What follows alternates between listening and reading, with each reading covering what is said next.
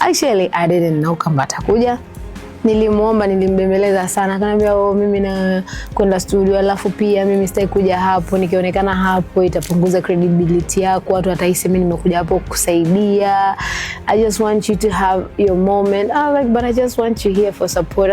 Sidhani kama nitaweza kuja. So I was like, okay, haiwezi kuja.